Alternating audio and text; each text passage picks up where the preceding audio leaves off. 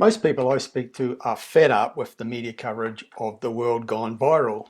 We all know there's a health crisis and an economic crisis, and we really don't need our tabloid media to bash us over the head with it every minute of every day. But the tabloid media really can't help themselves. Which is the tabloid media? Well, pretty much all of it. There used to be a time when media in Australia was divided broadly into two types, the quality media and the tabloid media. The latter being the scandal sheets that like to run shock, horror, probe type of headlines.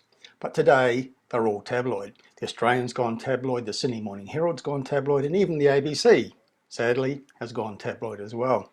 And nowhere more so than in their coverage of the virus crisis. Most people would never know it, but there are plenty of positives out there that potentially could be reported by mainstream media. For example, the number of people recovering from the coronavirus is far greater than the number of people dying from it. And there are new cases revealed every day, that's for sure, but the curve is actually flattening. Tens of thousands of new jobs are on offer from the many businesses that are actually thriving in the current environment, but we're not hearing about them, only about the ones that are being lost. In real estate, the industry that I research, there is a quite refreshing level of positivity and optimism, with many people treating the situation not so much as a problem, but as an opportunity. So today, I'd like to bring you some of the more positive news that's happening out there, and which you will never hear about if you rely solely on mainstream media. If you're seeking real estate reporting and analysis that is a little bit more balanced and realistic, I would suggest sources like Domain, Smart Property Investment, SQM Research and Propertyology, as well as my website service, hotspotting.com.au. Now, most real estate forecasters are predicting that real estate markets will show a high level of resilience during the economic downturn and will recover strongly on the other side of it. Reports that reveal a level of optimism, as well as the reality of the situation, have been published recently by the Commonwealth Bank, which says home values will weather the storm better than most sectors of the economy. National Australia Bank, which says it's still forecasting price growth in 2020. Simon Presley, head of research at Propertyology, which expects real estate to show a high level of resilience during the economic downturn. Tim Lawless, senior research analyst at CoreLogic, expects some real estate markets to take a hit, but to recover strongly on the other side. Peter Kalizos, chairman of Property Investment Professionals of Australia, who says the JobKeeper wage subsidy will relieve financial pressure on renters and landlords. And Chris Andrews, who's the senior vice president at La Trobe Financial, who has predicted a strong rebound once we get through the tough period. Now, one of the keys to keeping the economy moving and creating new jobs is infrastructure projects.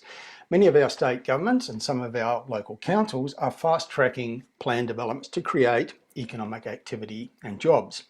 Some examples have been announced in just the past few days, including the New South Wales State Government, which has announced the Planning System Acceleration Program to bring forward projects with the goal of creating 30,000 construction jobs in the next 6 months, also extending working hours for the construction industry in that state.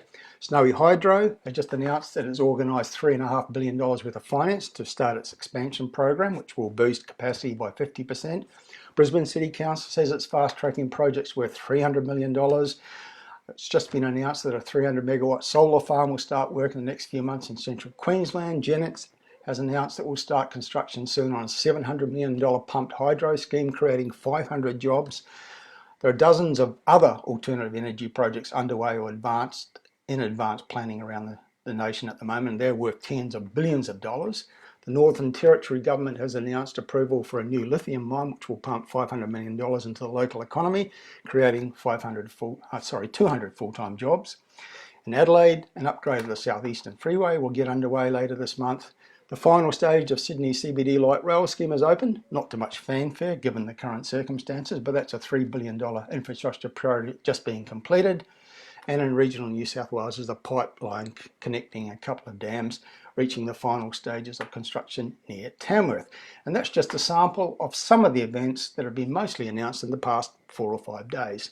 And if you don't know about these things, don't be surprised, because they haven't been given any prominence in our major newspapers or television news bulletins, which are devoted overwhelmingly to bringing you everything that's sensationally negative about the coronavirus. We know about them at Hotspotting because we delve into myriad information sources to find out the kind of things that are in planning or underway that will create economic activity and jobs, which is important to local economies. and their property markets. Now, I'd like to finish on this piece of information which illustrates how media is addicted to highlighting negatives and giving little prominence to potential positives. The most negative media organisation in the nation is the Fairfax Group, which publishes newspapers like the Sydney Morning Herald and The Age in Melbourne. The most negative of the Fairfax publications is the Australian Financial Review, which mercifully most Australians would never read. Today, the AFR published a very long and very negative article which claimed the economy would contract by almost 4% this year and that unemployment would, to use their words, spike to almost 9%. Now, personally, I think that keeping unemployment to below 10% in this crisis, we've done pretty well.